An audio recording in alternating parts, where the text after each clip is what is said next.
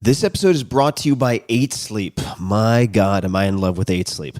Good sleep is the ultimate game changer. More than 30% of Americans struggle with sleep, and I'm a member of that sad group. Temperature is one of the main causes of poor sleep, and heat has always been my nemesis.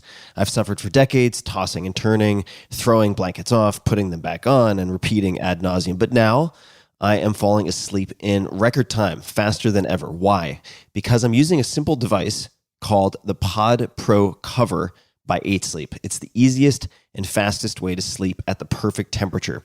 It pairs dynamic cooling and heating with biometric tracking to offer the most advanced but most user-friendly solution on the market. I polled all of you guys on social media about the best tools for sleep, enhancing sleep, and 8 Sleep was by far and away the crowd favorite. I mean, people were just raving fans of this. So I used it, and here we are. Add the Pod Pro cover to your current mattress and start sleeping as cool as 55 degrees Fahrenheit or as hot as 110 degrees Fahrenheit. It also splits your bed in half, so your partner can choose a totally different temperature. My girlfriend runs hot all the time. She doesn't need cooling. She loves the heat, and we can have our own bespoke temperatures on either side, which is exactly what we're doing. Now, for me, and for many people, the result, 8 Sleep users fall asleep up to 32% faster, reduce sleep interruptions by up to 40%, and get more restful sleep overall. I can personally attest to this because I track it in all sorts of ways. It's the total solution for enhanced recovery, so you can take on the next day feeling refreshed. And good news, 8 Sleep has launched the next generation of the Pod. The new Pod 3 enables more accurate sleep and health tracking with twice the number of sensors. It's just a smoother, better experience that delivers you the best sleep on Earth. At least that has been true for me. Simply add this to your existing mattress and you're all set. It is not magic, but sometimes it does feel like it. It just works. So go to 8sleep.com/Tim and save $250 on the pod cover. That's 8sleep.com/Tim, all spelled out EIGHT, 8sleep.com/Tim. 8 Sleep currently ships within the US, Canada, the UK, select countries in the EU, and Australia. You can also find the link in this episode's description.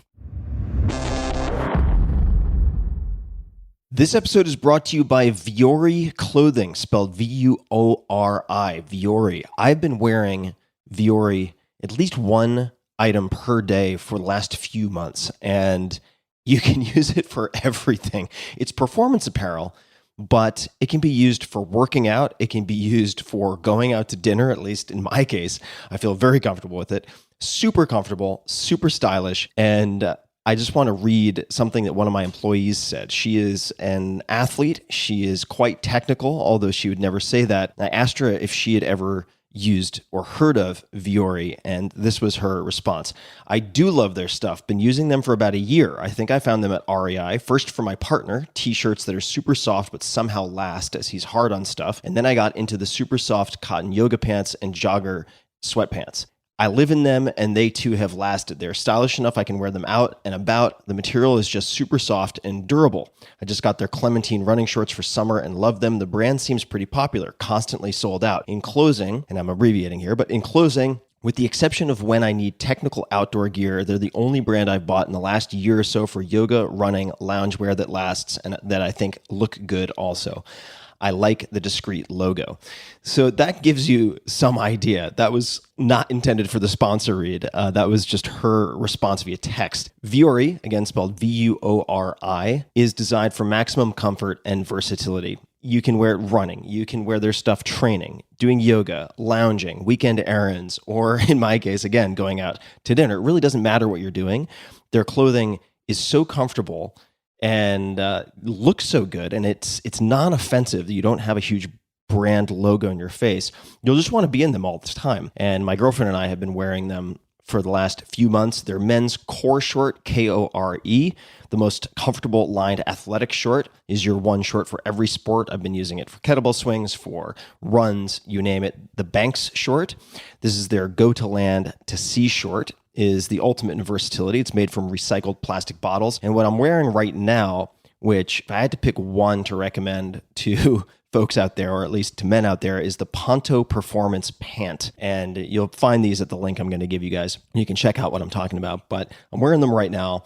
They're thin performance sweatpants, but that doesn't do them justice. So you got to check it out. Ponto, Ponto Performance Pant. For you ladies, the women's performance jogger is the softest jogger you'll ever own. Vuori isn't just an investment in your clothing, it's an investment in your happiness. And for you, my dear listeners, they're offering 20% off your first purchase. So get yourself some of the most comfortable and versatile clothing on the planet. It's super popular. A lot of my friends I've now noticed are wearing this, and so am I.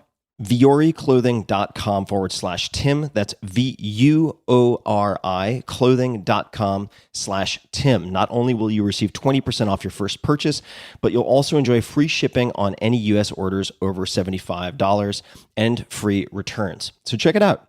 VuoriClothing.com/Tim. That's VUORI clothing.com/Tim, and discover the versatility of Vuori clothing. Optimal minimal. At this altitude, I can run flat out for a half mile before my hands start shaking. Can I answer your personal question? Now would seem an appropriate time. What if I did the opposite? I'm a cybernetic organism, living tissue over metal endoskeleton.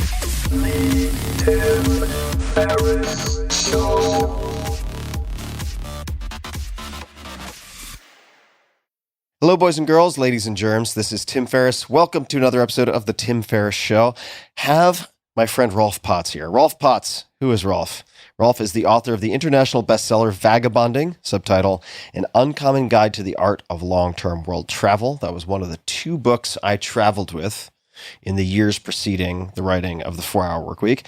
His newest book is The Vagabond's Way, 366 meditations on wanderlust, discovery, and the art of travel. He is reported from more than 60 countries for National Geographic Traveler, The New Yorker, Outside, The New York Times Magazine, and Travel Channel. Many of his essays have been selected as notable mentions in the Best American Essays, the Best American Non-Required Reading, and the Best American Travel Writing. He is based in North Central Kansas. I love how specific that is, where he keeps a small farmhouse on 30 acres with his wife, Kansas-born actress Kristen Bush. My 2014, God, how old are we getting? Rolf, we're going to talk about that. My 2014 interview with Rolf can be found at tim.blog/Rolf. We cover a lot of ground in that interview, including a lot of background with vagabonding. We're probably not going to revisit all of that. And we get into all sorts of nooks and crannies. So that is a self-sustaining, independent episode. We're going to try to cover some new ground in this one. You can find Rolf on Twitter and Instagram at Rolf Potts. That's ROLFPOTTS. And you can also find everything Rolf at rolfpotts.com. Rolf, it is nice to see you again, my friend. Good to see you again, too. It's funny, 2014. Gosh, it's been a while. Yeah, it has been a while. It's almost coming up on a decade. I mean, I'm starting to round up now, getting old enough that I'm like, it's 3 years until a decade. 2 or 3 years, that's fine. It's more or less a decade. 2014. So a lot has happened since 2014. Yes, sir. And I thought we would start with a question that came to my mind as I was preparing for this conversation, as I always do, and rereading part of the transcript of our last podcast episode together. And it's a simple question in a sense, which is, when you think of travel companions or anyone you could travel with, alive or dead, are there any particular names or figures who come to mind? And perhaps you just have a suspicion of what it would be like to travel with them, and that's totally fine. Because really what I'm hoping to unpack here is, why are you choosing the people you're choosing? Whether you know them well or not at all. Yeah, well, I'm an old diehard solo traveler. So I'm not to be a curmudgeon necessarily, but I'm a big fan of solo travel, just because sort of as an introvert, it forces me to look outward and to meet people and not to travel in a little bubble of self. But you're talking about 2014, our last podcast interview, which was podcast sort of felt new back then. I was a bachelor. Now I'm married. I met my wife during the pandemic. I went traveling with her to Europe for the first time internationally this summer. And so that's my cheat answer, basically. That I'm just excited to have this person I love to travel with. And it's sort of a late life marriage for me. And that's exciting. But that's very concrete and less speculative. But it is sort of turning back some of that solo curmudgeon. But yeah, if there's a famous person, it almost ties into who I was reading during the pandemic, because in the pandemic, we couldn't travel. I was sitting on my deck And then I met this woman who became my wife. And so we would start each day by reading to each other. Sometimes poetry. Actually, we read Mary Oliver. I know you're a Mary Oliver fan. But we also read Thich Nhat Hanh. I think you probably are familiar with Thich Nhat Hanh. So I'm thinking like there's the Thich Nhat Hanh and Thomas Mertens who would be interesting to travel with, but these are spiritual guys. And I know that travel is naturally spiritual, but those guys would be almost too intense.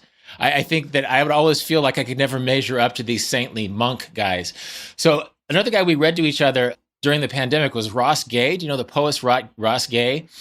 He wrote a book called The Book of Delights. And it and these other readings are sort of part of the model for my new book, The Vagabond's Way, because it's basically each page is a day, there's a quote, and there's a meditation or a reflection on the quote.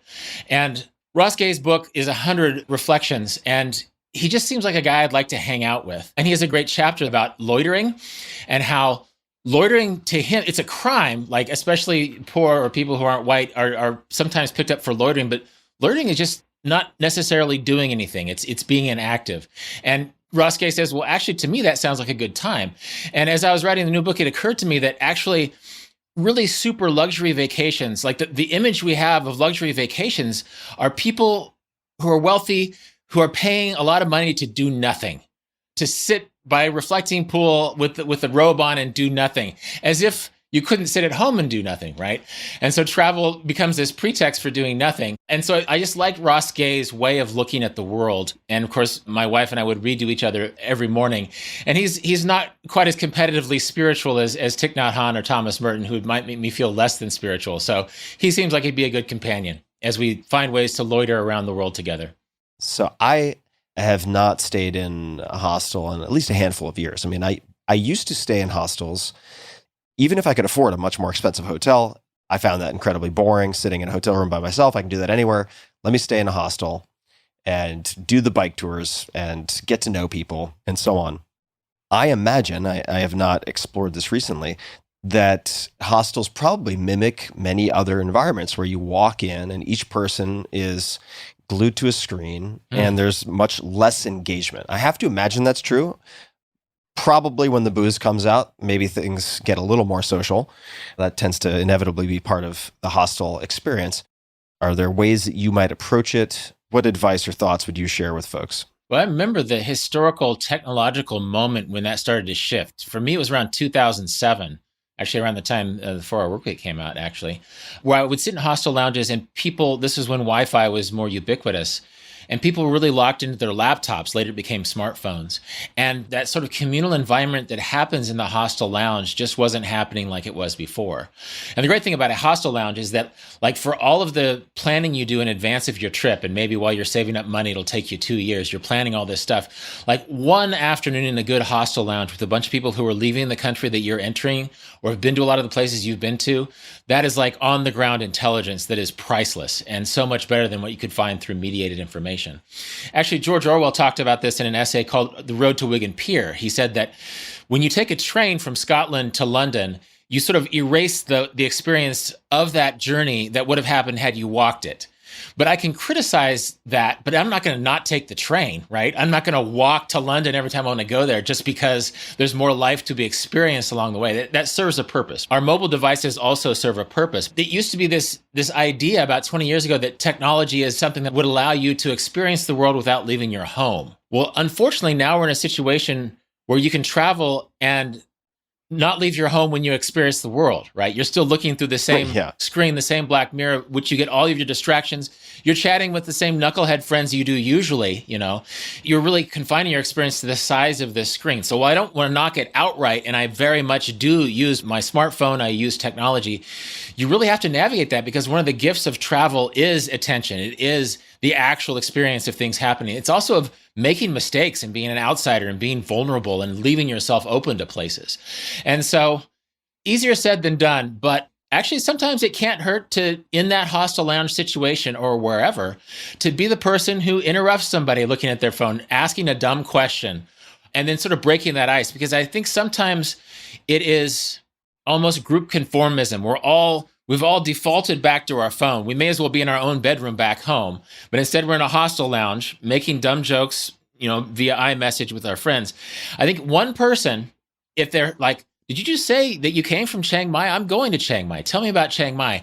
That can start to break the ice. It's really just sort of forcing you and the people around you past that impulse, which is to look back at your phone and to have this organic, wonderful experiences, which is the gift of travel. Even metaphorically, one purpose of travel is to force yourself into that kind of attention and that human experience that you sometimes don't give yourself because we're constantly in distractions at home. And they call it the attention economy. And our apps are smarter than we are. Our apps know how short our attention span is. So in a way, we just have to slap down our apps and their algorithmically programmed way of holding our attention and give our attention to each other as humans, give our attention to the places where we are, the smells, the other five senses, right? Not just the sounds you hear on your phone or the sights you see through your apps, but what you smell. Let smell guide you through a new place. Your mention of the attention economy made me think, like, how much am I selling my attention for at different points, right?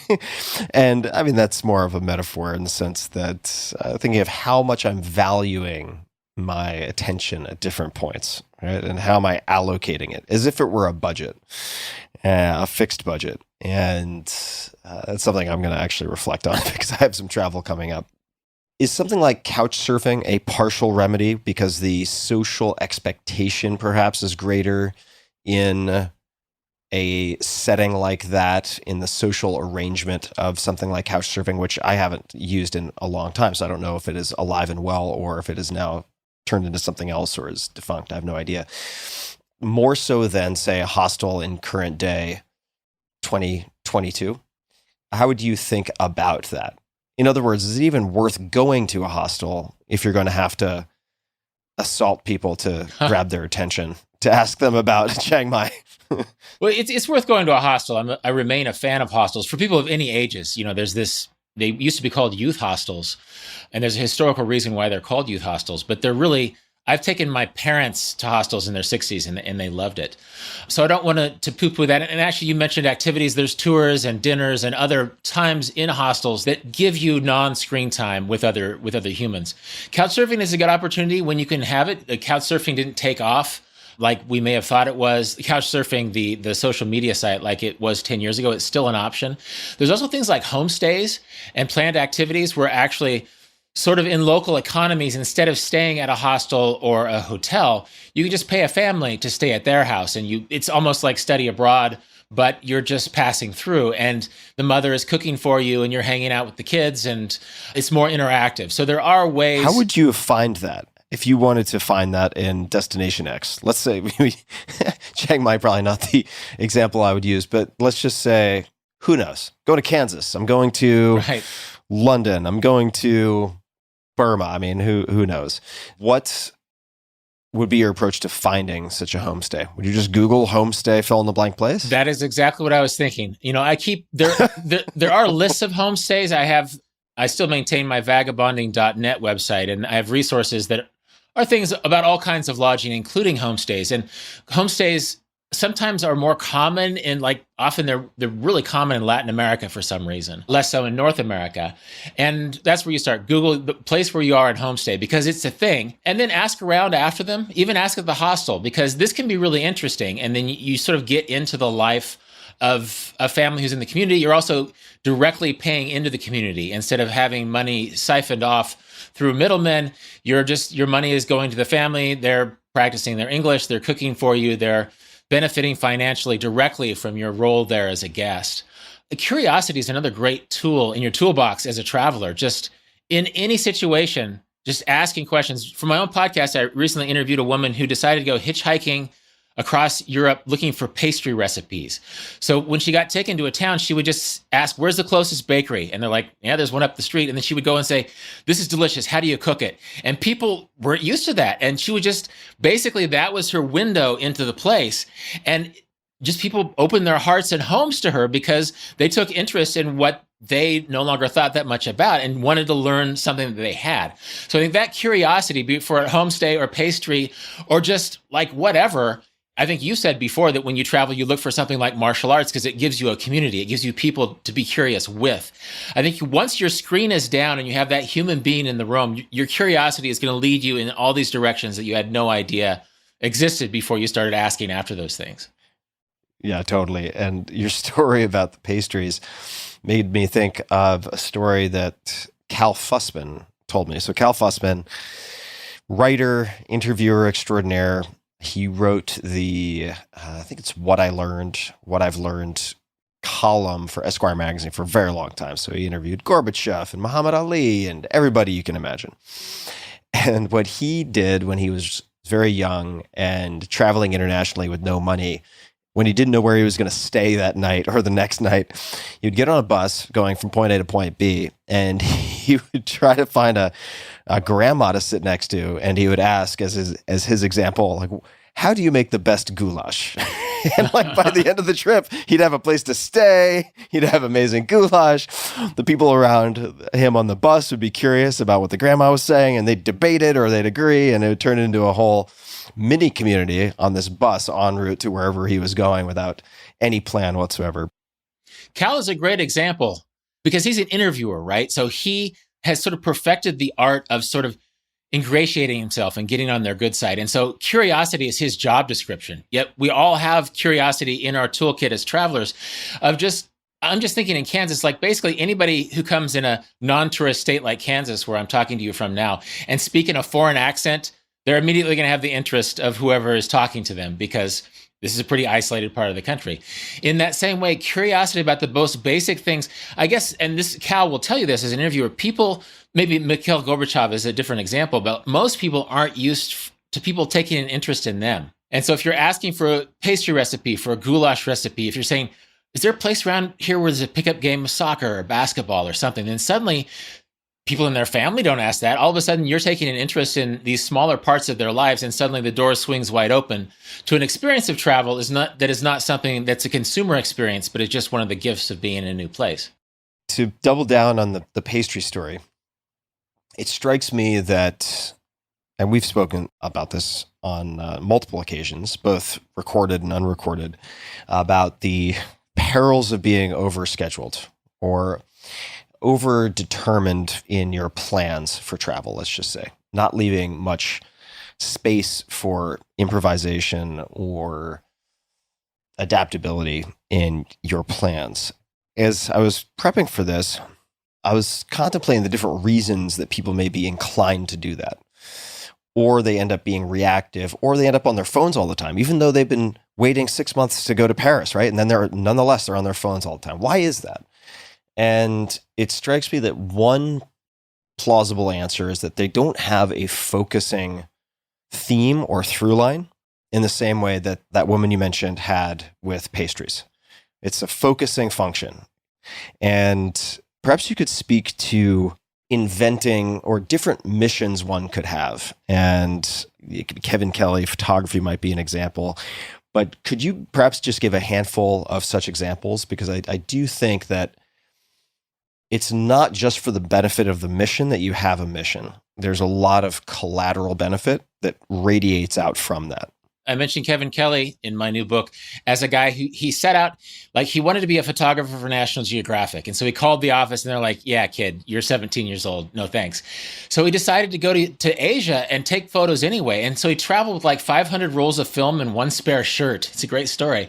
And he just started taking photos.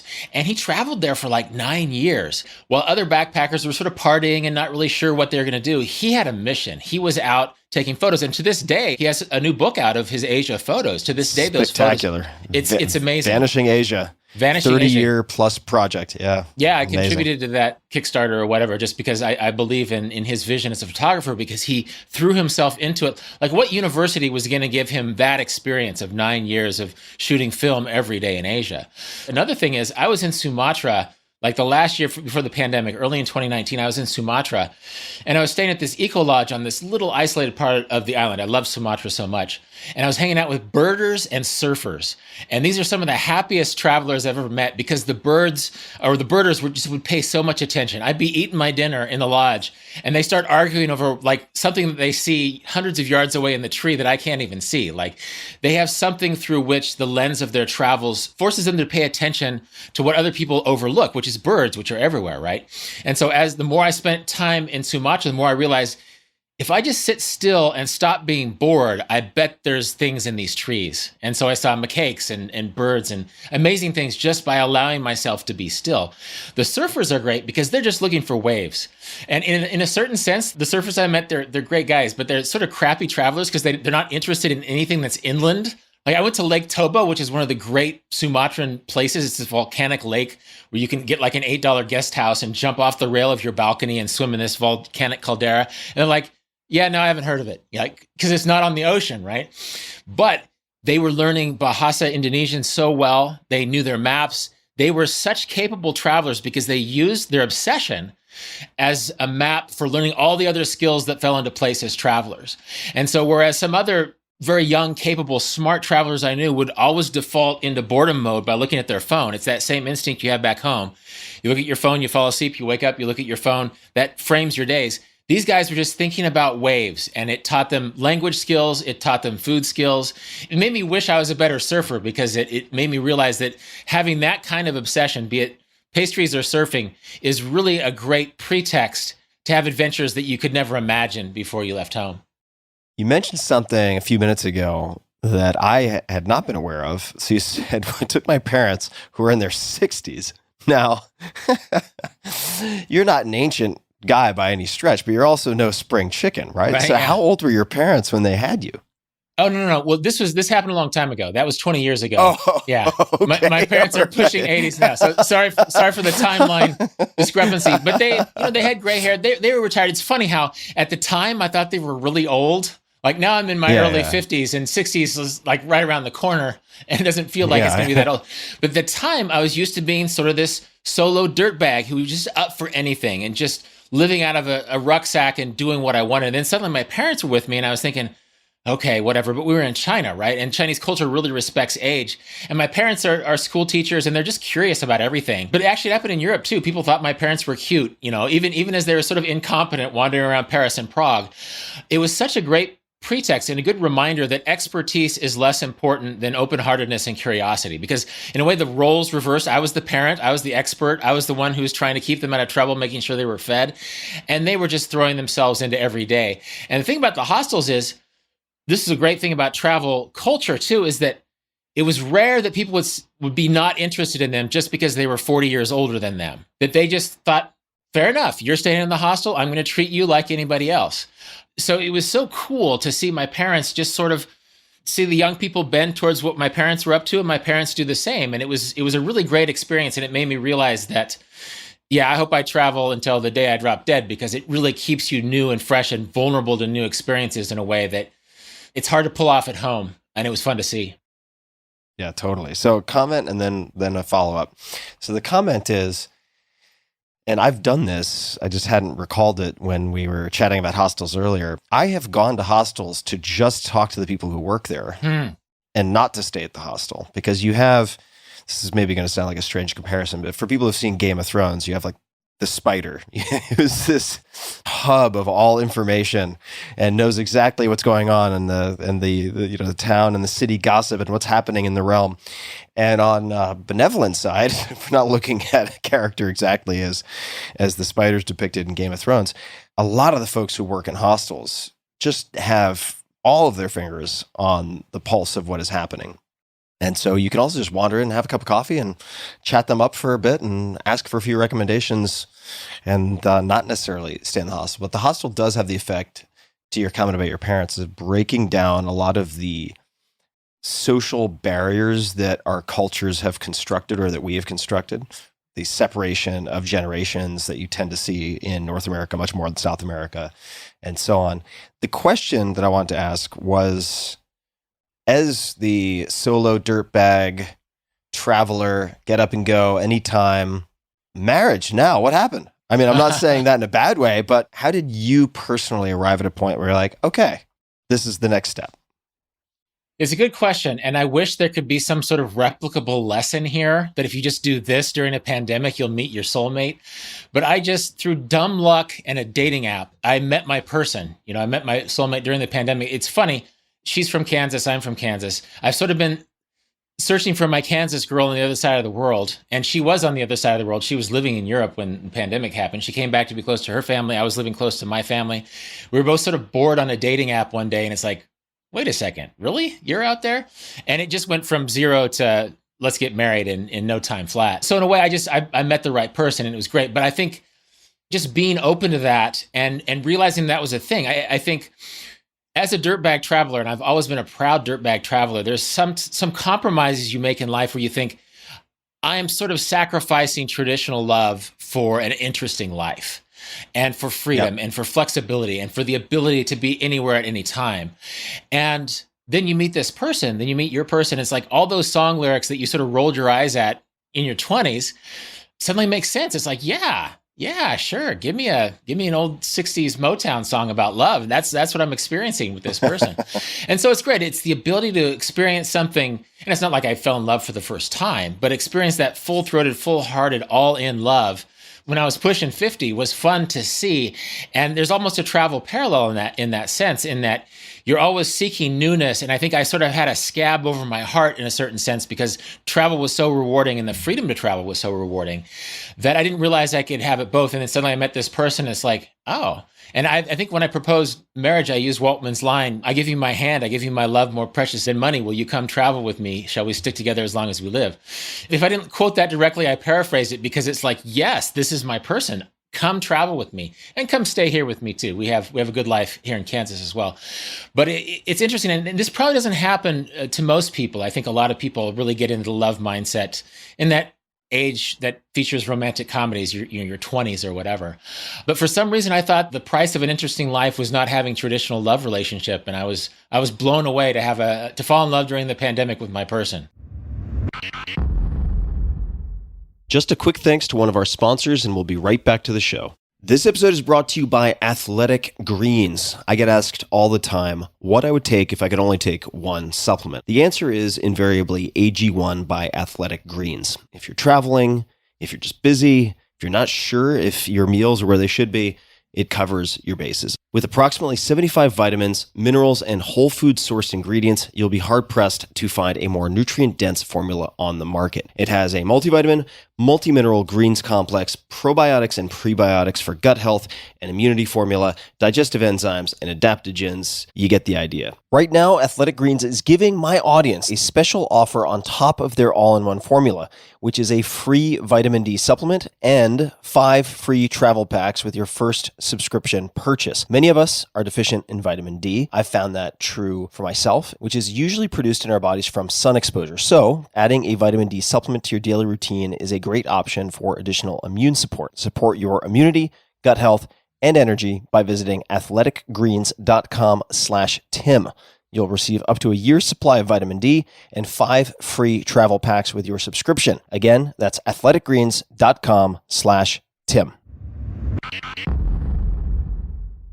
You're an excellent writer, a man of words, a man of letters. How would you describe this experience? What was different? How were you different in responding to it? As you said, not your first time falling in love. And love can also be an umbrella term that covers a lot of different species of what we might call love. So what was different about you, about her, about the two of you? You've been exposed to a lot of things in a lot of places. So what was it? I enjoyed being a bachelor back when I was one. I've told my wife sometimes we should have met 10 years earlier. Like this 10 years would have been way more interesting if you would have been in it.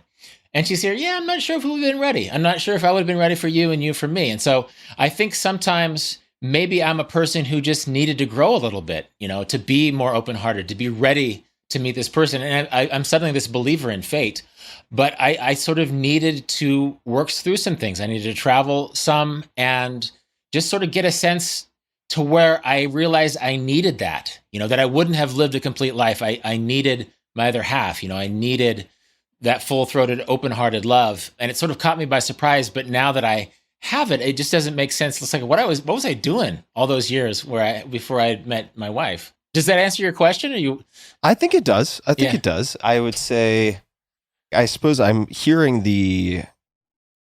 you being more prepared on some level, even though perhaps it wasn't a conscious preparation for this, but having changed over time, become more open-hearted, You also, I would imagine, probably thought through what proposing and getting married would mean.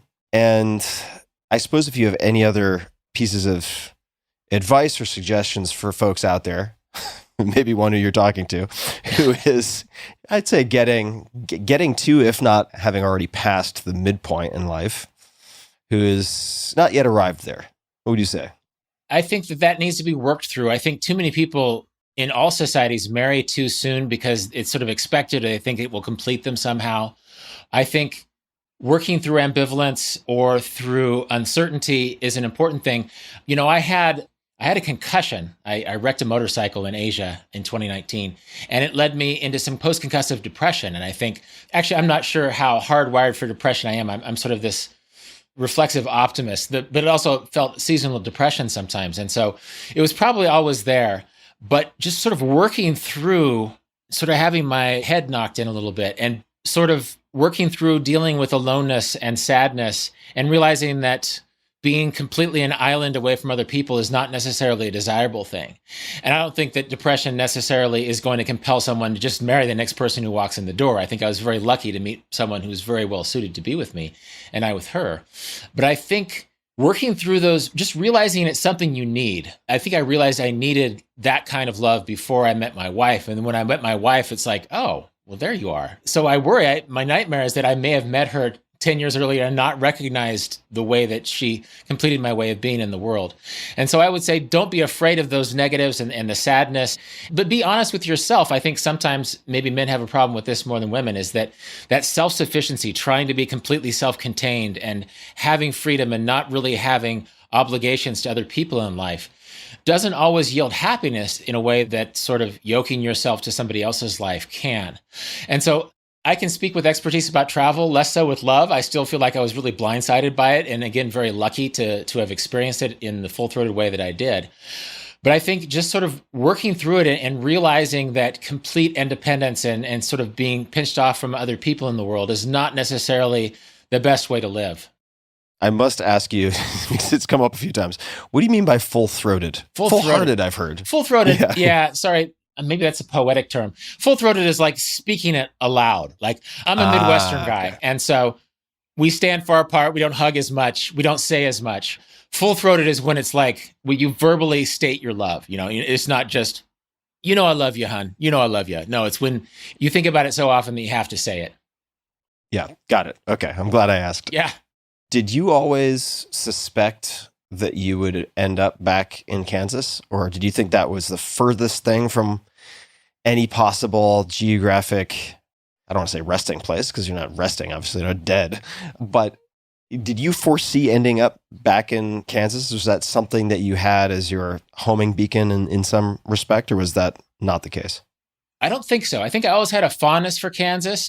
Well, my dad was a high school science teacher in Kansas, and so I went on a lot of field trips with him, and I was allowed to see Kansas as a naturalist might, to see the grass and realize that the grass may be 1 foot above the ground, but those roots go 20 feet down, and it's part of an ecosystem, and there's actually dinosaur bones because Kansas used to be a sea. So being raised by a science teacher sort of helped me appreciate the subtleties of a landscape like Kansas. But Kansas is not a very sexy or exciting place, right? Yet I always held this tenderness for it, but I sort of figured when I was younger that I would end up in a Portland or a Paris or a New York or someplace like that. This actually ties into my family as well, because one thing I learned from travel is that almost anywhere in the world, and we can forget this sometimes in the United States, family is a core value. You go to Southeast Asia, and one of the first questions are you married? And it's like, no. Oh, you're 27, you're not married? Oh, I'm so sorry. Do you have kids? The family is just this core value everywhere in the world. And we've sort of allowed ourselves to forget that. Anyway, I would see people in Vietnam, in Egypt, pooling the resources as a family to get like real estate or to share in different burdens and joys together.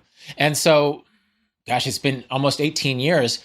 Some land came up for sale in Kansas. I couldn't afford it by myself, so I talked my parents into getting the other half of the property and the other house with me. And they've been my neighbors. They just moved into assisted living recently, but they were my neighbors for 17 years.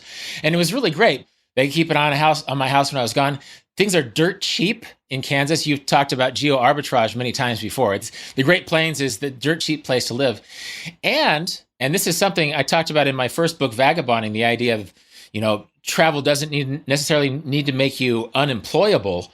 Well, now we live in an age where you're interviewing me, via my laptop, that we can actually do our jobs remotely through computers in a way that where you are, you don't have to be 2 subway rides from that office in Manhattan now to do good work for an important company or a publisher or a media organization. Now you can sit in a beloved place like Kansas. I love it here. And yeah, my first date with my wife was just on the other side of this door here. And that is a travel one joy. And I think thanks to technology, and I critique technology a little bit in my new book, but thanks to technology, we can root ourselves to a quiet place where there's lots of space and things aren't that expensive, yet participate in the greater world. Human culture has been urbanizing since the Industrial Revolution, and maybe this new technology will allow us to sort of have a counter movement against that urbanization. Nothing against cities, but sometimes it's nice to be in a more remote, peaceful place where you can go for a 4-mile walk and not see anybody and see that as a good thing. I feel you. As I get older and more cantankerous, maybe just more sensitive, maybe reclaiming the sensitivity that I had as a child, but beat into submission one way or another. I definitely long for that type of immersion, not necessarily in solitude, but in nature, which I think you can certainly do without pure solitude. Let me read a few lines that are from the new book, and then I would love to hear any stories or examples that you can give. So, let's start with one here. Quote, "The most meaningful task for the traveler may well be to look past what feels exotic and learn to savor subtle differences in the things we already have in common." Could you elaborate on that? Maybe give any examples? Well, this ties into the first example that I thought was just this family situation. I was in Vietnam, I was in Namibia, I was in Italy, and seeing how families would pool resources. And whereas I could have been in those places and seen the most obvious foreign thing. I could have looked for the Himba tribeswomen in Namibia who plait their hair with ochre, right? I could have looked for certain very stereotypically Vietnamese ways that people dressed or ate. And there's nothing wrong with enjoying difference, but what resonated with me from those places was how people related to family. At a souvenir vendor, I wrote a book about souvenirs, and in Namibia, and I was talking to him about, it just sort of seemed like a rough job. He was on a beach on the skeleton coast of Namibia, like the tourist attractions are shipwrecks. And so he's like just selling rocks that he dug out of the mountain, semi-precious stones to tourists. And it's like, where's your pleasure in this? And it's like, oh, this isn't work. This is love. This is love for my family. This is love for my daughter. This is love for my wife. This is love for my son. And so where I might have been tempted to see him as this exotic guy who sells rocks for a living to tourists, suddenly he exemplified his love of family in a way that I couldn't have expressed. Like I was sort of trying to say, don't you feel bad that you're just a souvenir vendor? And he's like, no. This is love. I'm bringing a better life to my family up in the mountains. And so that's one example. Like family is such a universal way that we can look past. I think we all around the world have similar familial relationships or love relationships. Another thing that just popped into my head is I lived in Korea for 2 years. Like watching soap operas in Korea and how it's same, but different, as they say, and just sort of seeing how romantic love is romantic love, but like the manner system within Korea is a little bit different. So the plots are sort of being strained through the Confucianist culture of Korea in a way that you wouldn't see in soap operas in the United States. And so I think that we can go, and you see it too much on Instagram. People go to another part of the world and it's like, here's the most stereotypically dressed tribes person in this place where I am. Here's a German person wearing lederhosen. When in fact, at the end of the day, the most interesting thing about all those people is things, how they relate to love, how they relate to family, how they relate to sports and things like that. And I think I use you as an example in the new book as someone, you talk about porting martial arts to new countries and you instantly have a community and you can look beyond that. And I think the sort of the camaraderie, I talk about communitas in the new book among travelers, that basically the fact that you're all doing the same thing at the same time gives you what is called communitas, which is shared experience. Pilgrims on a pilgrimage will do that. That's why pilgrimages are special to people, because communitas means, okay, this woman is 68 years old, Italian and Catholic. I'm 24 and from Alabama, but we're doing this one step at a time. And communitas gives us a connection that we wouldn't normally have had. And so I love that about travel. I love those common experiences. And I don't know if you are a pilgrim of martial arts, but certainly you've talked before about how you have an instant community when you take a skill to another place. Yeah, absolutely. And it breaks down those barriers that can otherwise exist so easily, not just in North American society or American society, but elsewhere. And at the end of the day, if you're in, even in the US, you can do this, of course, right? I remember training a long time ago in San Jose, California at this place called AKA, American Kickboxing Academy. And they have some tremendous, tremendous competitors. I mean, I don't hold a candle to 1/10 of any of them. But in the process of training, it was funny how after even several months, there were tons of people in the class who didn't know my first name, right? I was just like that guy who's good at one particular thing. And then I knew this other guy and he had some nickname, you know, Whistlepuff or whatever that the coach had given him. I had no idea what this guy's real name was, but I knew he was really good at triangle choke and A, B, and C. And it was beautiful in that way. Nobody knew what I did professionally. I had no idea what they did professionally. All that mattered was that shared experience of training. And all people cared about was how serious you were. That was it. It was very refreshing, really, really refreshing in that way. I miss that. I actually would like to compete again in something. I think I'm too arthritic and a little too creaky at 45 for the martial arts competition. But let me ask you a question about pilgrimage, because as it so happens, I am going to be heading to Japan in the next handful of months to walk a portion of the Kuma no Kodo, which is the pilgrimage. I can't really say trail because it's actually a whole network of different trails that wind through Japan, but it's thought of as the sister pilgrimage to the Camino de Santiago. And in fact, when you get your stamp book, one side is the Camino de Santiago and the other side is this Kuma no Kodo. I'll be walking with 7 or 8 people, most of them strangers. What advice would you give for getting the most out of that? It's going to be probably 7 to 10 days long, walking most of the day. Any thoughts? I've never done a pilgrimage, an actual pilgrimage, or at least pilgrimage trail for that period of time. I've done 1 or 2 days at a time here and there, but nothing of that duration. Are you bringing your phone?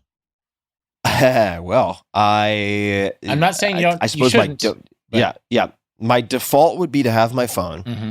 However, I have kept Verizon instead of AT&T because Verizon has worse international coverage. So generally with Verizon, I can't use my phone unless I use an eSIM of some type like GigSky, which actually works really well. I use that in Chile and Antarctica, en route to Antarctica. But I try not to use my phone. So very often, actually, the last time I was in Japan, what I did is I just downloaded a few offline maps, which you can do on Google Maps. So you could use the Wi-Fi at the hotel to download a couple of maps. And then I would go out and I was flying blind, aside from the maps on the phone and maybe a camera. So I'd be open to not taking it because there will be people on the trip who are going to be taking copious photographs. I don't think I will need to duplicate any of that. So I could take or not take. But do you know the American writer who writes about Japan a lot, Craig Maud? Do you know Craig Maud? He writes for Wired sometimes. Yeah. He's got some great stuff. And I haven't heard it, but I hear through reliable sources that his Japanese is also spectacular. And that's impressive. That's hard to do as an adult. It's very hard to do as an adult. I'm impressed by his Japan chops. And I actually quote him in The Vagabond's Way because he goes on a pilgrimage. And I think he downloaded some maps in Wikipedia and maybe was able to access a few blogs offline. Nothing else worked during the hike. And then his exercise was hellos. He would say hello to everybody, presumably in Japanese, because, you know, the Japanese people are like, oh, here's an American. And that was almost his mantra, is just like, hello. And basically that sort of gave him energy during his pilgrimage, is that because he knew his default was always looking down at his phone. And it has become that way for all of us because the algorithm is smarter than all of us. And so saying hello was his go-to. And I think that's great advice for your journey as well. Whether or not you bring your phone, I say, if you're willing to try it, don't bring your phone. That could be a good experiment. I'm not a fan of smartphones, but I usually bring them. And the GPS comes in handy. It's actually good for your hippocampus to be lost. It's actually good against neurodegenerative diseases to be lost and to figure out your way. They say that London cab drivers before GPS had the most developed hippocampuses in the world. So yeah, be independent of the black mirror of your device as much as possible.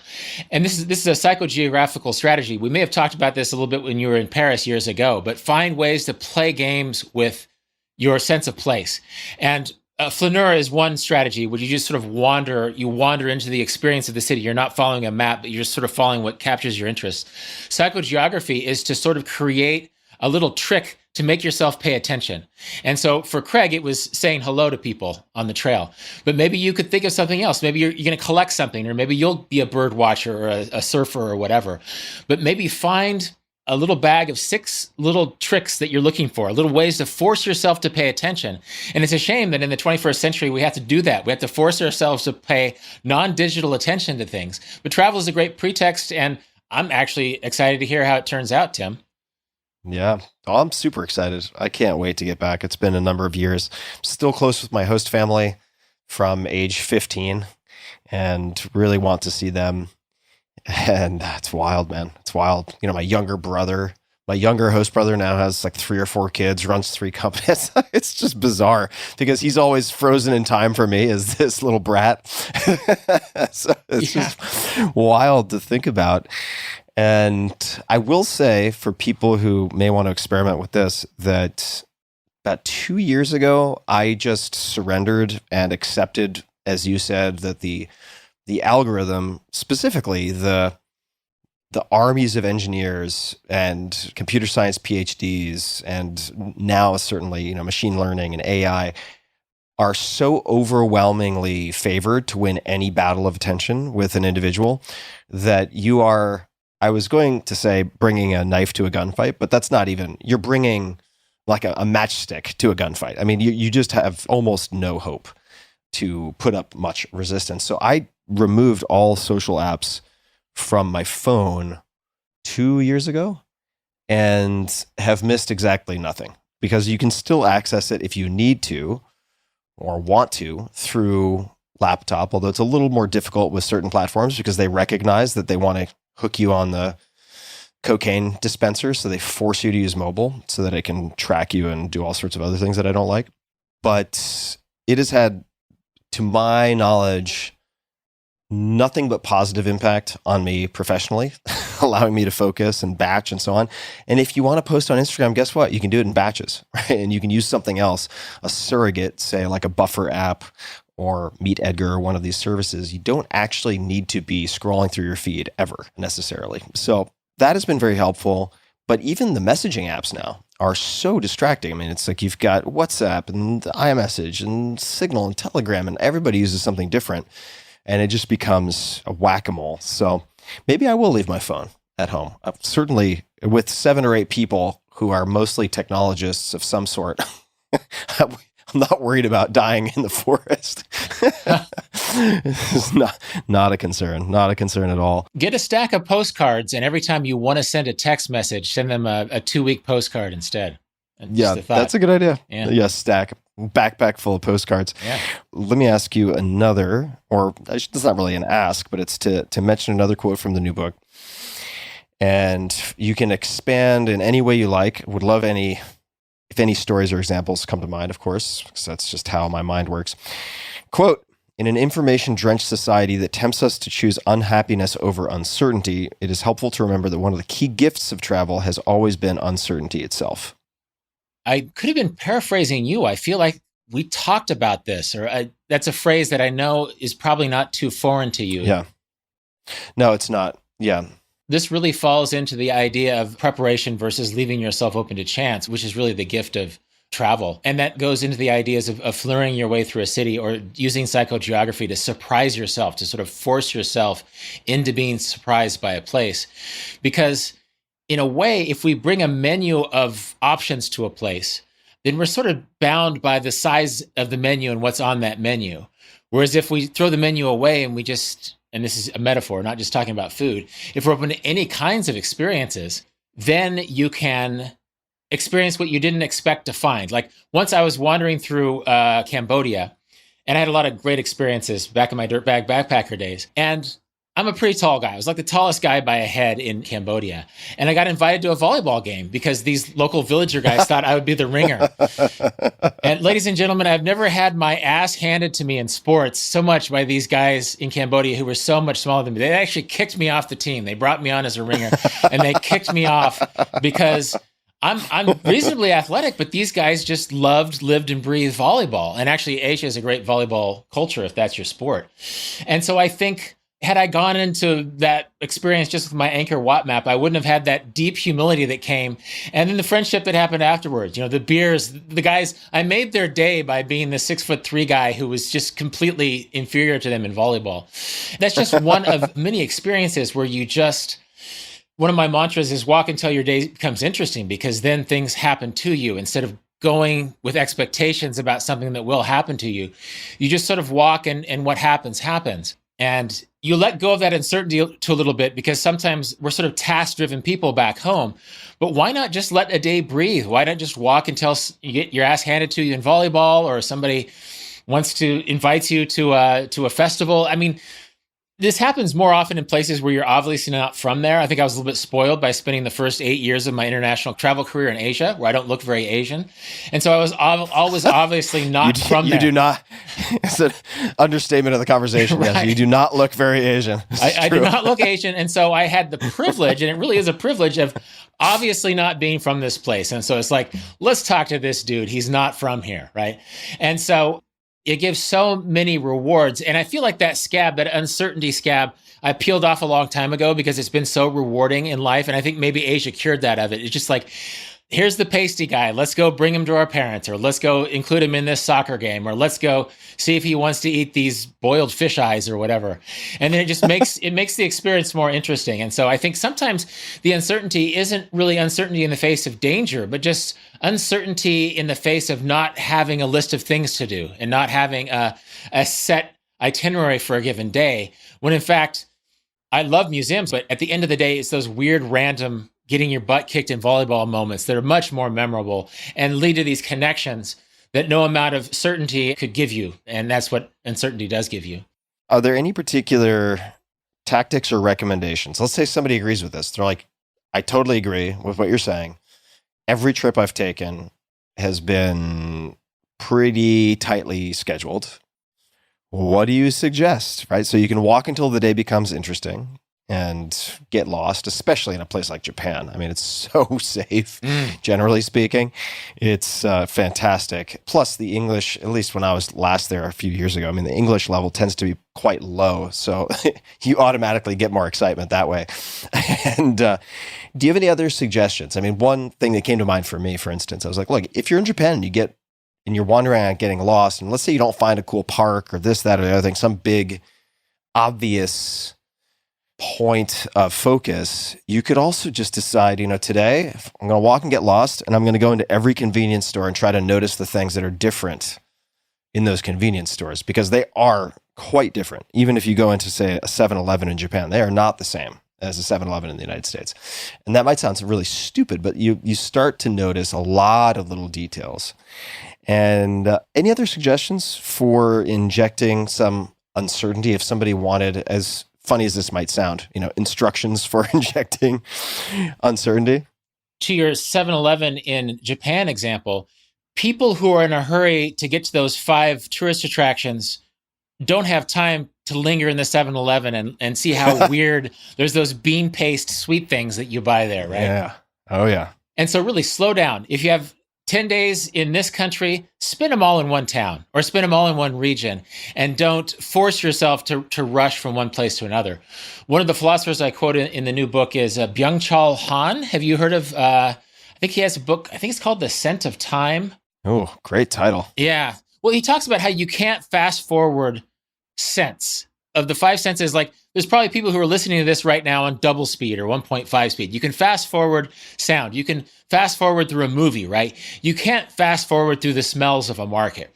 So he talks about smell is the ultimate slow sense. And basically his philosophy is that, as a Swiss Korean guy, is that it's the experience of duration that counts in life, not the number of experiences. He's actually a pretty abstract philosopher. His book is a little bit slow to read, but it's such a great point and applies to travel so much, in that it is that day where you go from convenience mart to convenience mart and see how they're different that counts. It's the duration of that day that is more meaningful than those 5 tourist attractions that you might have gone to before.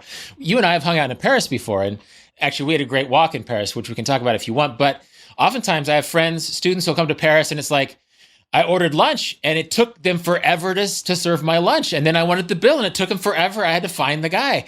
And it's like, I wanted to experience Paris, but I was sitting in this restaurant waiting for my bill. And it's like, no.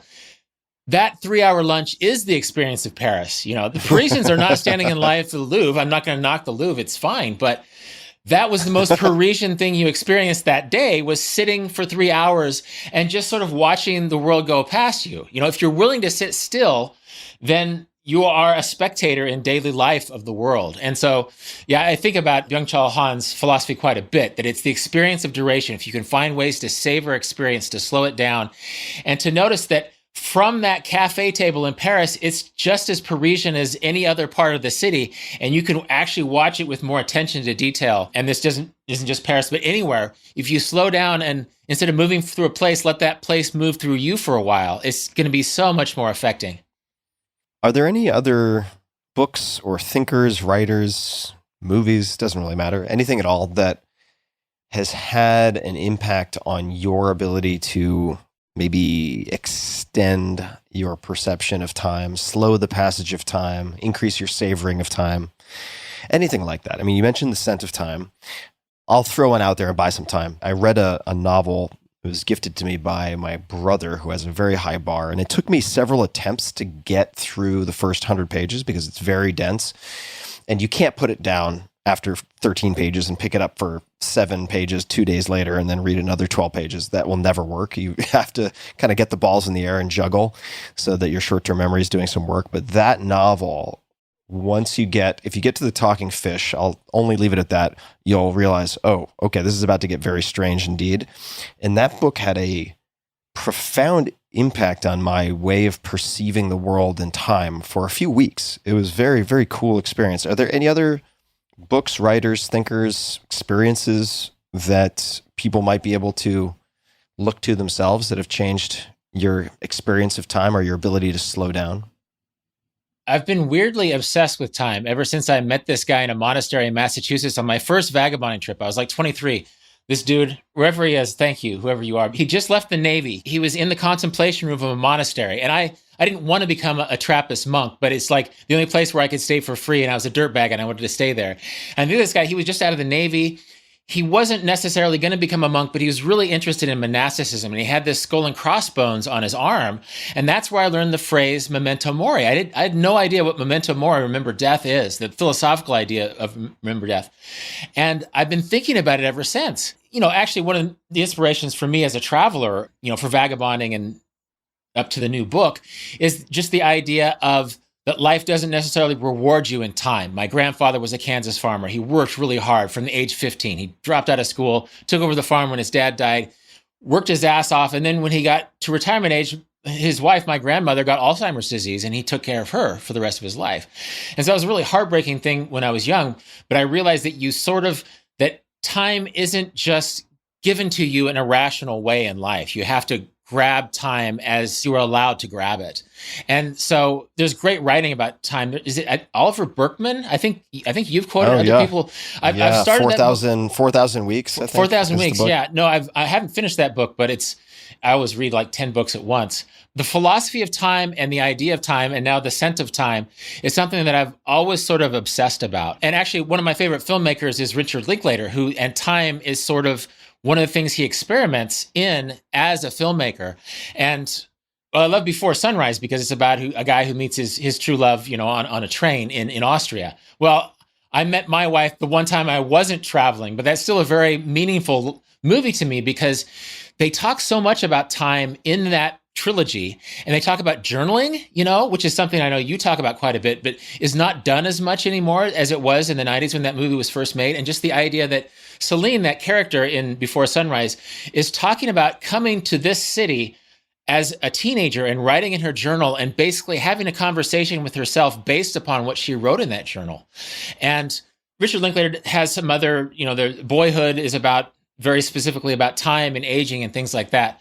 But I saw Before Sunrise around the time that I left that monastery with the Navy guy with the tattoo who taught me about memento mori. And so I've thought about that. And I think it's really important to be cognizant of time and just the idea that the moment is what we have.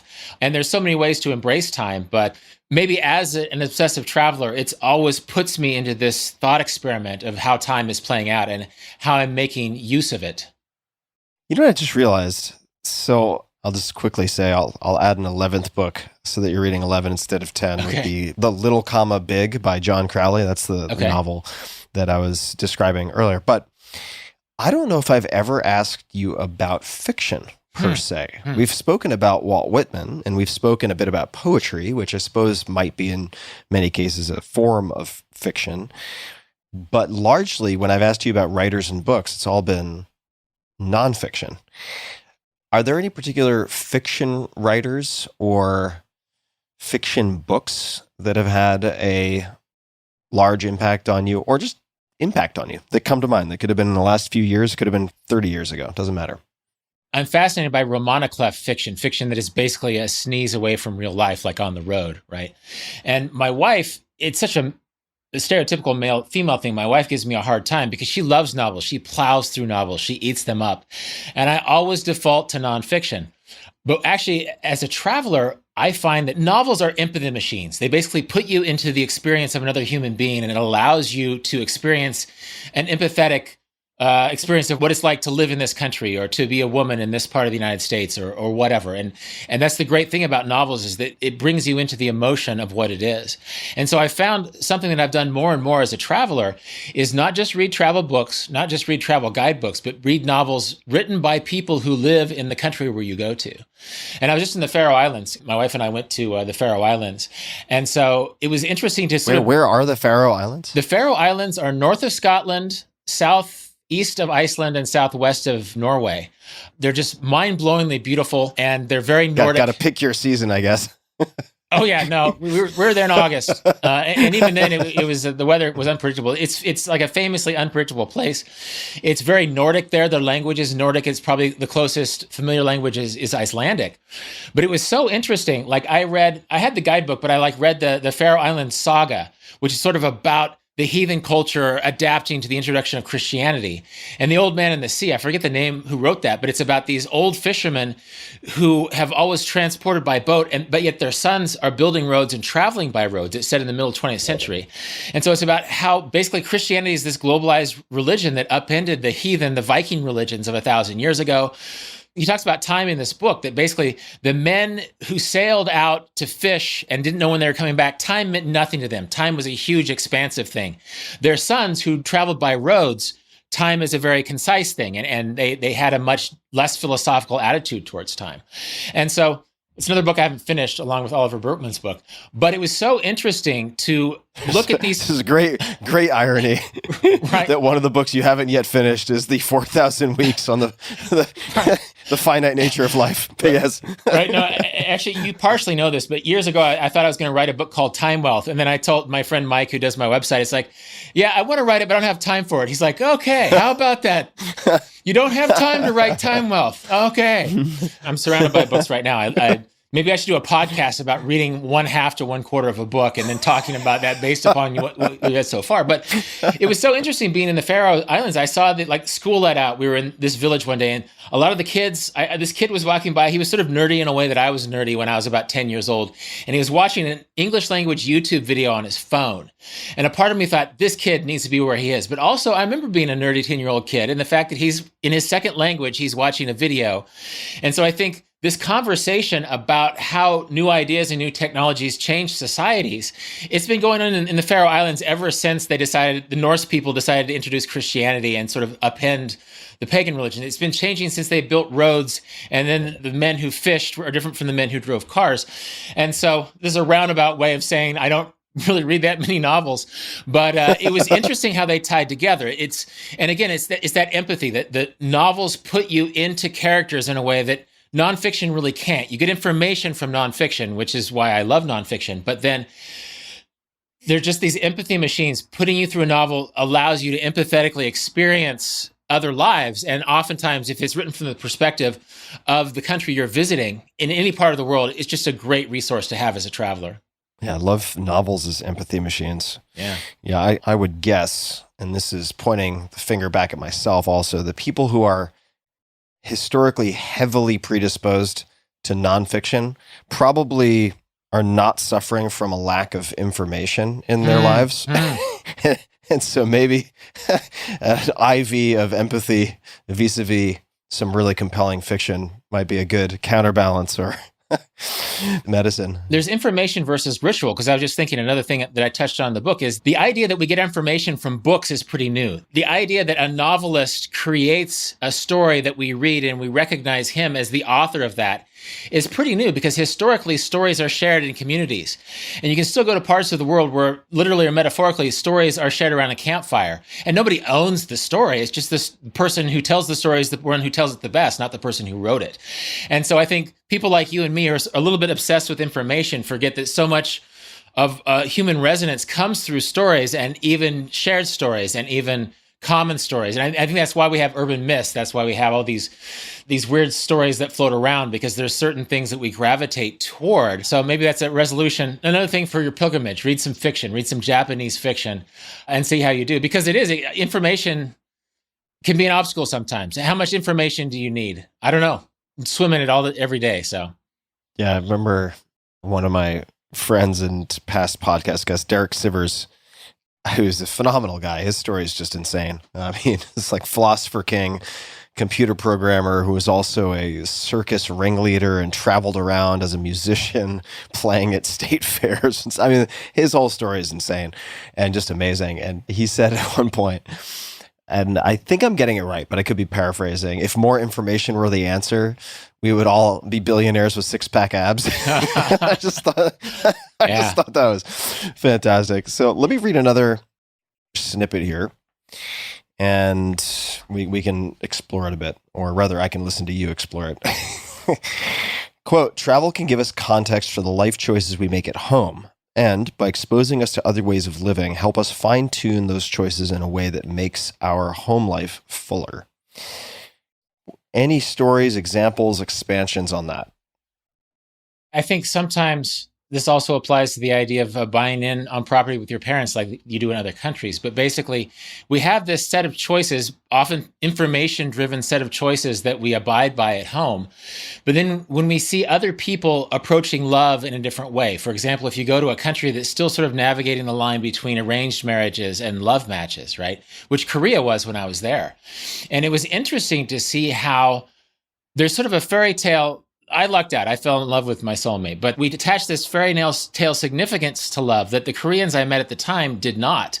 That they saw a lot of my Korean students thought, well, someday I'm going to enter into an arranged marriage and I'm going to make the most of it. And so I think even if love becomes work after a certain point. And I think that sometimes we fetishize love as something that solves problems and something that is bestowed upon us as opposed to something that we work for. And even though I've said multiple times that I married my soulmate, one of our vows was William Carlos Williams' poem, The Ivy Crown.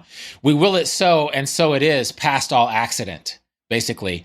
That love is something that is a miracle and a gift that happens in your life, but it's also something that you have to work for. It's not something that just falls into your lap, that you have to will it so that it's not an accident. And that the miracle of us meeting is something that we also have to keep willing. Years after we're married, we have to keep underpinning that miracle of love with willpower. And I think that's something that was really underpinned when I was in Korea, just knowing that there were people there who didn't necessarily have the storybook soap opera love, but they were partnered with somebody for reasons that made sense to their family, and they were going to make it work.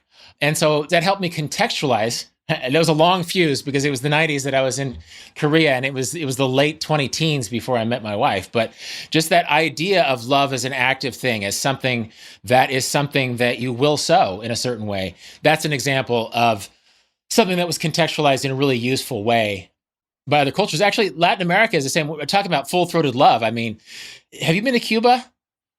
I have not been to Cuba. I have not. I would love to at some point. Yeah, I loved Cuba. They have their piropos. I don't know if they still do it. Like here, it might be called catcalling, but there's so much art to it in Cuba that basically A guy gave me like a purposeful lesson when I was in Cuba once. It's like, if you can cook like you walk, I'll marry you right now.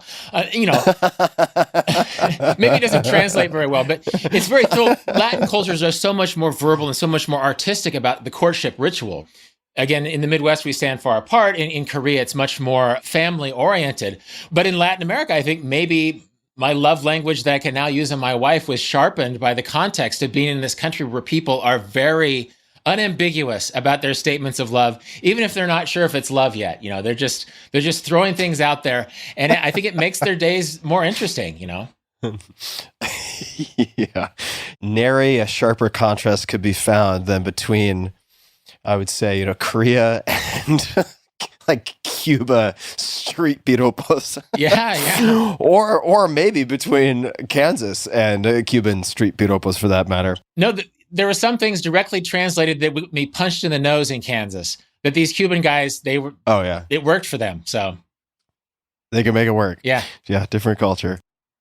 What would you suggest people perhaps pay attention to, or how they can open the surface area in their life for making contact with new life choices that could translate back to home while they travel? Is it just a general awareness? I mean, if so, how do you cultivate that? A lot of people see a lot of amazing things and experience a lot of amazing things when they travel, and then they come home and it's, Control Z, undo, back to normal. So what are some of the efforts that can be made, if any, come to mind? Well, attention, again, is a good word. It's sort of a refrain in this conversation. And I was literally thinking of Thich Nhat Hanh's washing dishes analogy. Are you familiar with this? Just the idea that you should definitely describe it. I mean, this is some book I read of his. This was the one thing that stuck with me. So yeah, please describe it. As a guy who's otherwise incompetent in the kitchen compared to his wife, I'm good at washing dishes, right? So this really appealed to me as an otherwise incompetent kitchen guy. But he's basically saying that the life that you live is in the moment right now. And so whatever you do, you should be thankful for the miracle of what you're doing. And so as you're washing the dishes, as you're washing these bowls and holding them under the water, you should give thanks for the fact that you have this life and that this is what you are doing, that you're not thinking back to the dumb thing you said in a conversation yesterday. You're not thinking about what you're going to do tomorrow, that you're celebrating the miracle that is these bowls. Well, I think travel is something that it sort of gives us that miracle. It's otherness. It sort of forces us into a kind of attention that is special, that can be a letdown. And actually, coming back into 90-degree heat from the Faroe Islands in Kansas is a little bit of letdown. I'm trying to adjust. I've done this a million times, but still it's like, oh man, I still wish I was still walking in the rain in the Faroe Islands. But I think that is almost the metaphor, that travel reminds you that life is important, I guess. That the dishes, that every dish you wash, that every hike you take, that every street corner you turn around and see a samba school dancing towards you that you didn't expect to see in Rio, that is what your life consists of. And so, not to be too heady and philosophical about this, but that's really what popped in my head, just the idea that at its best, travel is a spiritual thing. It connects you to the nowness of being alive.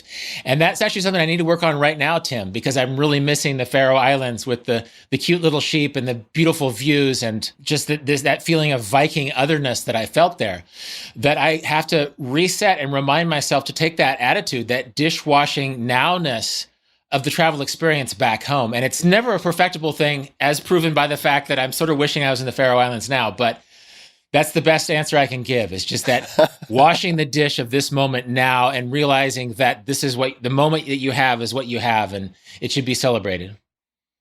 Yeah, for sure. And some version of that story, he's probably told multiple versions, that also stuck with me, had an additional wrinkle to it, which was, if while you're washing the dishes, you're thinking about the juicy apricot or something, plum, that you're going to eat afterwards, if you're thinking about this plum or apricot while you're washing the dishes, when you're eating the plum or the apricot, you're going to be thinking of something else. And that always stuck with me. It's like, okay, if you're looking forward to this thing and you're willfully unaware and blind to what you're doing en route to that thing, when you get there, you're going to be thinking about the next thing.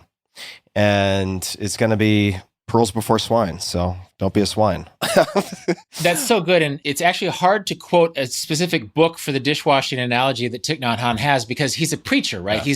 He's a spiritual man. He would give a sermon, and people who give sermons often will riff on the same idea several times. And so I think the dishwashing It's analogy like a stand-up comic working on his 60-minute set. No, Yeah. totally. Yeah. And it's so funny in assembling a book. I don't know if you've come up against this, but I had to pay for some of the quotes I used, especially the poetry.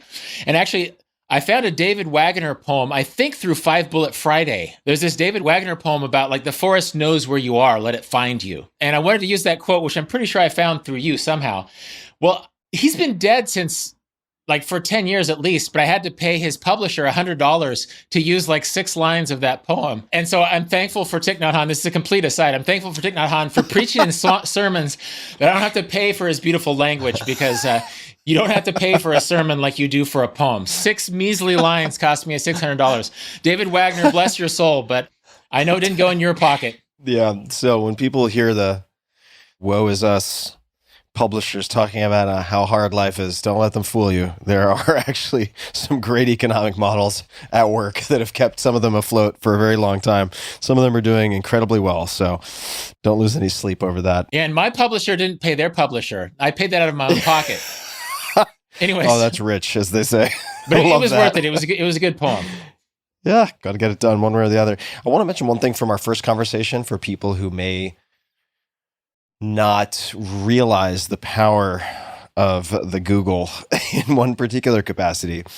And that is Googling your demographic and then what you're contemplating doing, right? So we talked a little bit about this. So you could type in, and this is just an example, 35 years old, 2 kids, 1 year of travel. And you'll likely find 20 blogs or who knows, Instagram, probably at this point, maybe, of people in that demographic who are doing exactly what you're contemplating doing. So if you're like, I can't do it because I've got a dyslexic dog and it's like type it all into Google and it's like, oh, wait a second, 6 people have already done this and I can learn all about how they did it. So just for a little bit of inspiration and tactical instruction, I recommend that.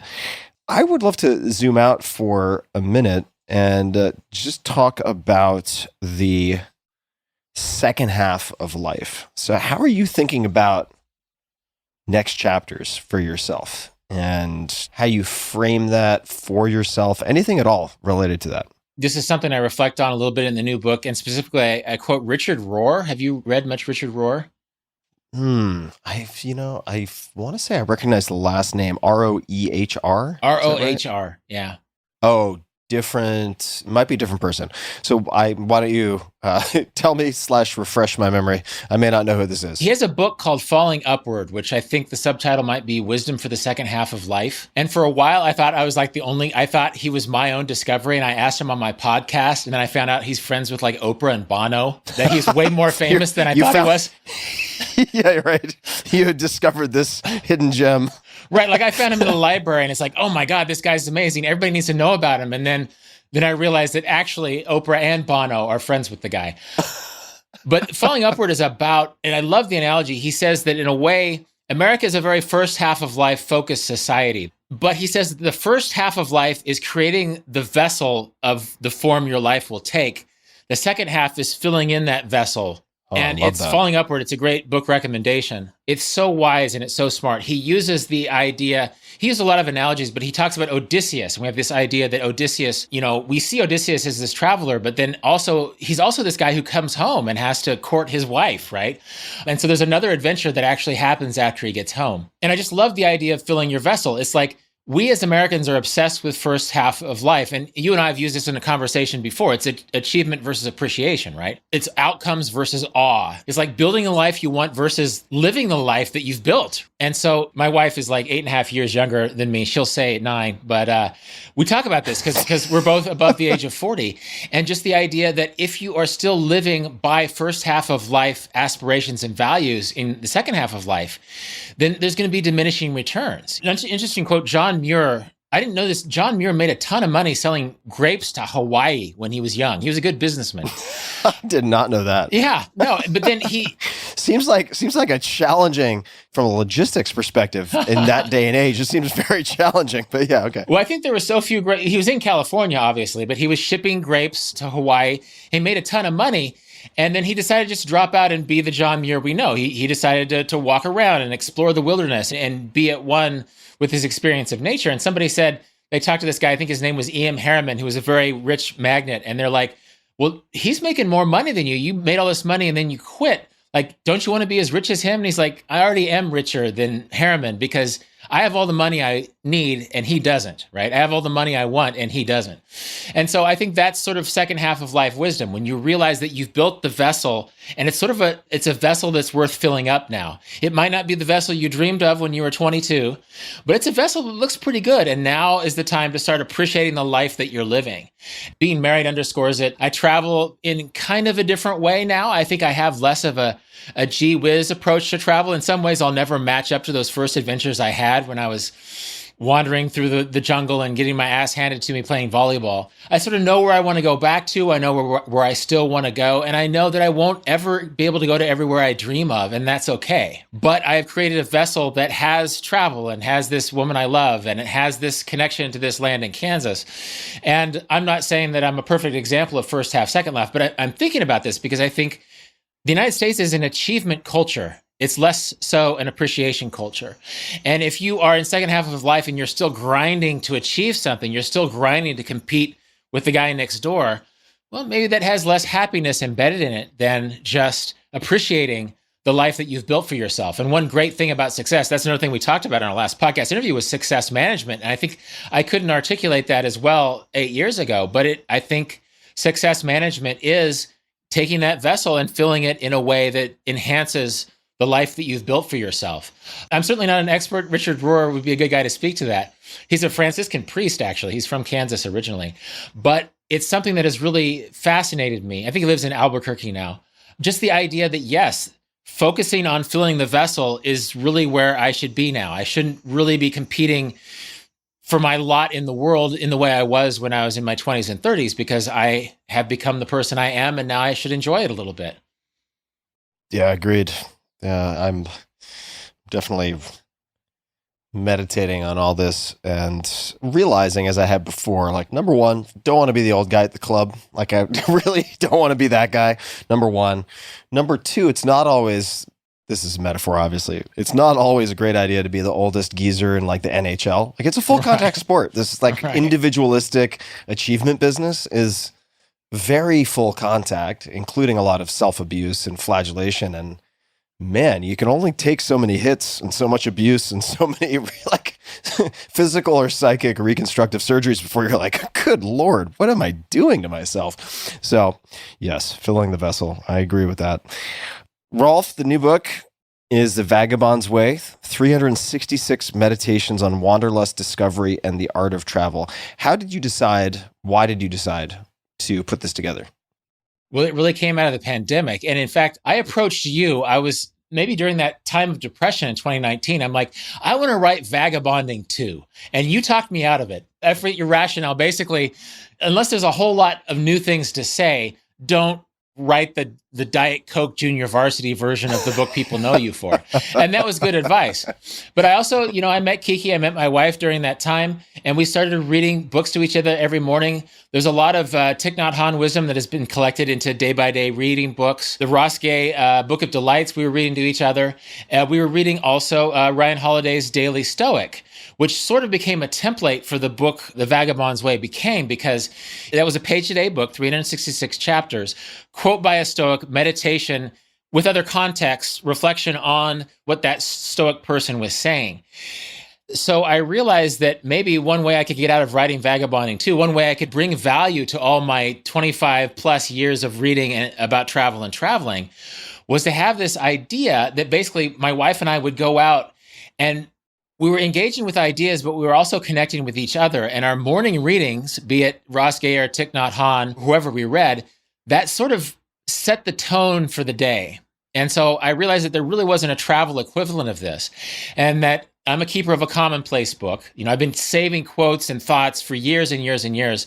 And I realized that I had all of this wisdom, other people's wisdom, that I didn't know what to do with. And so I decided to put it into this format, since I was getting so much out of this daily ritual at home, to write what I had never seen before, which is sort of a travel version of the Daily Stoic, where you get a meditation on a certain aspect of travel, and then, or a quote about it, and then a meditation about that quote.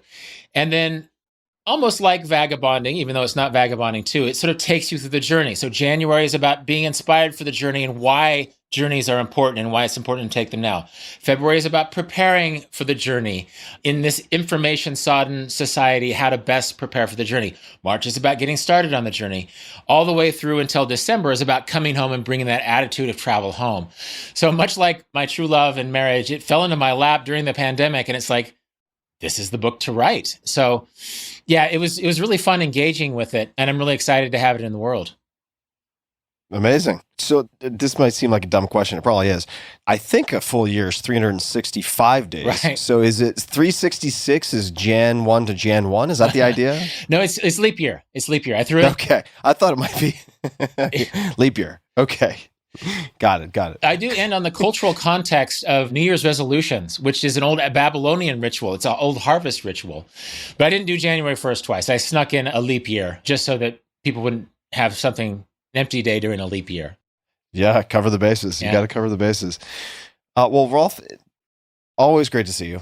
And I'm excited about the new book, as I am about all of your writing. I've read a ton of your writing, as I mentioned in the very beginning. Vagabonding shaped a lot of my experiences that then contributed to the writing of the 4-Hour Workweek. And I think it is for people who are perhaps not immediately drawn to extended global travel. I will say that I view vagabonding more as a philosophical cleanse and reset that allows you to approach life in a not necessarily minimalist, but more elegant, thoughtful, deliberate way.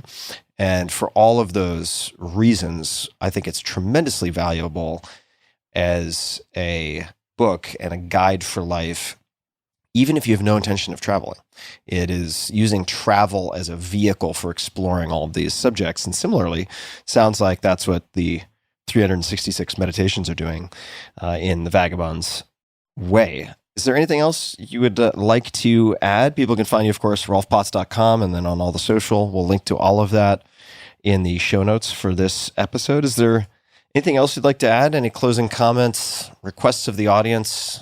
Anything at all? Well, I was thinking, we've talked about attention and the attention economy. Sometimes your question is, what would you put on a billboard? Oh, yeah. I think the last time I did that, I said time as well, but I was reading The Attention Merchants by Tim Wu, and the billboard was the original attention economy device. Back in 19th century France, if you were stuck in an intersection, they painted a wall with an advertisement for something to get your attention. And so I guess just the travel reminds us of the preciousness of real organic attention. And maybe I liked my idea the last time, that the time is wealth. Your true wealth is time. But maybe the sign on the billboard is, don't look at me. Lend your attention to life itself, because the attention economy is a trap in a way.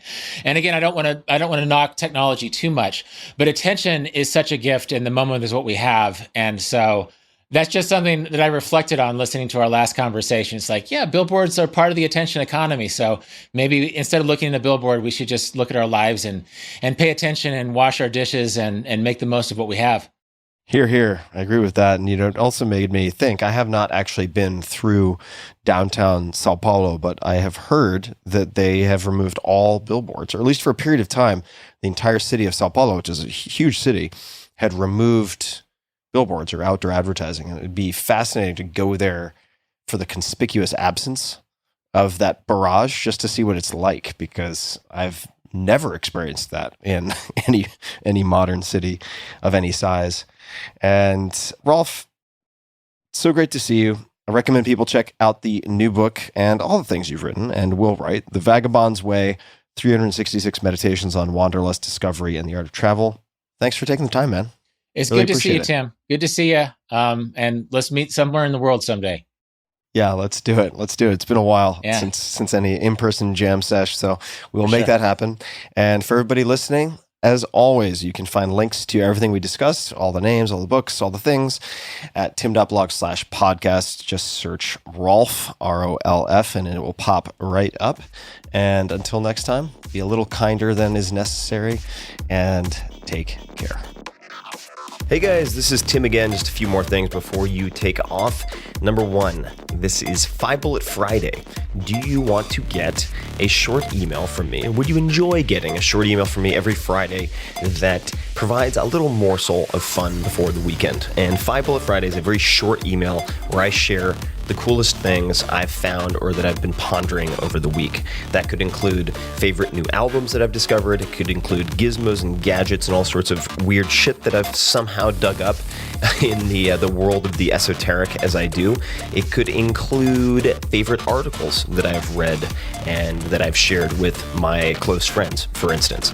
And it's very short. It's just a little tiny bite of goodness before you head off for the weekend. So if you want to receive that, check it out. Just go to 4hourworkweek.com. That's 4hourworkweek.com, all spelled out, and just drop in your email and you will get the very next one. And if you sign up, I hope you enjoy it. This episode is brought to you by Vuori Clothing, spelled V-U-O-R-I, Vuori. I've been wearing Vuori at least one item per day for the last few months, and you can use it for everything. It's performance apparel, but it can be used for working out. It can be used for going out to dinner, at least in my case. I feel very comfortable with it.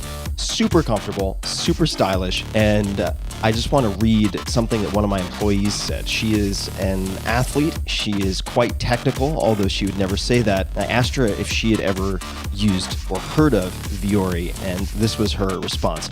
I do love their stuff. Been using them for about a year. I think I found them at REI. First for my partner, t-shirts that are super soft but somehow last as he's hard on stuff. And then I got into the super soft cotton yoga pants and jogger sweatpants. I live in them and they too have lasted. They're stylish enough I can wear them out and about. The material is just super soft and durable. I just got their Clementine running shorts for summer and love them. The brand seems pretty popular, constantly sold out. In closing, and I'm abbreviating here, but in closing, with the exception of when I need technical outdoor gear, they're the only brand I've bought in the last year or so for yoga, running, loungewear that lasts and that I think look good also. I like the discreet logo. So that gives you some idea. That was not intended for the sponsor read. That was just her response via text. Vuori, again spelled V-U-O-R-I, is designed for maximum comfort and versatility. You can wear it running. You can wear their stuff training, doing yoga, lounging, weekend errands, or in my case, again, going out to dinner. It really doesn't matter what you're doing. Their clothing is so comfortable and looks so good, and it's non-offensive that you don't have a huge brand logo in your face. You'll just want to be in them all the time. And my girlfriend and I have been wearing them for the last few months. They're men's core short, K-O-R-E. The most comfortable lined athletic short is your one short for every sport. I've been using it for kettlebell swings, for runs, you name it. The Banks short, this is their go to land to sea short, is the ultimate in versatility. It's made from recycled plastic bottles. And what I'm wearing right now, which if I had to pick one to recommend to folks out there, or at least to men out there, is the Ponto Performance Pant. And you'll find these at the link I'm going to give you guys. You can check out what I'm talking about, but I'm wearing them right now. They're thin performance sweatpants, but that doesn't do them justice. So you got to check it out. P-O-N-T-O, Ponto Performance Pant. For you ladies, the women's performance jogger is the softest jogger you'll ever own. Vuori isn't just an investment in your clothing, it's an investment in your happiness. And for you, my dear listeners, they're offering 20% off your first purchase. So get yourself some of the most comfortable and versatile clothing on the planet. It's super popular. A lot of my friends I've now noticed are wearing this, and so am I. VuoriClothing.com/Tim. That's VUORI clothing.com/Tim. Not only will you receive 20% off your first purchase, but you'll also enjoy free shipping on any US orders over $75 and free returns. So check it out. VuoriClothing.com/Tim. That's VUORI clothing.com/Tim, and discover the versatility of Vuori Clothing. This episode is brought to you by 8 Sleep. My God, am I in love with 8 Sleep.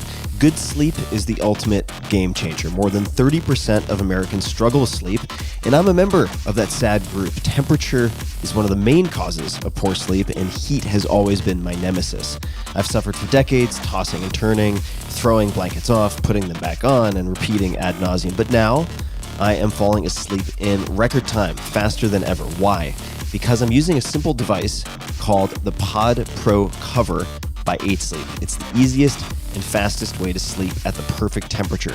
It pairs dynamic cooling and heating with biometric tracking to offer the most advanced but most user-friendly solution on the market.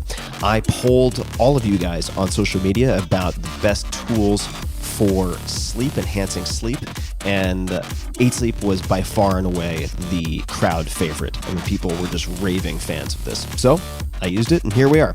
Add the Pod Pro cover to your current mattress and start sleeping as cool as 55 degrees Fahrenheit or as hot as 110 degrees Fahrenheit. It also splits your bed in half, so your partner can choose a totally different temperature. My girlfriend runs hot all the time. She doesn't need cooling. She loves the heat, and we can have our own bespoke temperatures on either side, which is exactly what we're doing. Now, for me, and for many people, the result, 8 Sleep users fall asleep up to 32% faster, reduce sleep interruptions by up to 40%, and get more restful sleep overall. I can personally attest to this because I track it in all sorts of ways. It's the total solution for enhanced recovery, so you can take on the next day feeling refreshed. And good news, 8 Sleep has launched the next generation of the Pod. The new Pod 3 enables more accurate sleep and health tracking with twice the number of sensors. It's just a smoother, better experience that delivers you the best sleep on Earth. At least that has been true for me. Simply add this to your existing mattress and you're all set.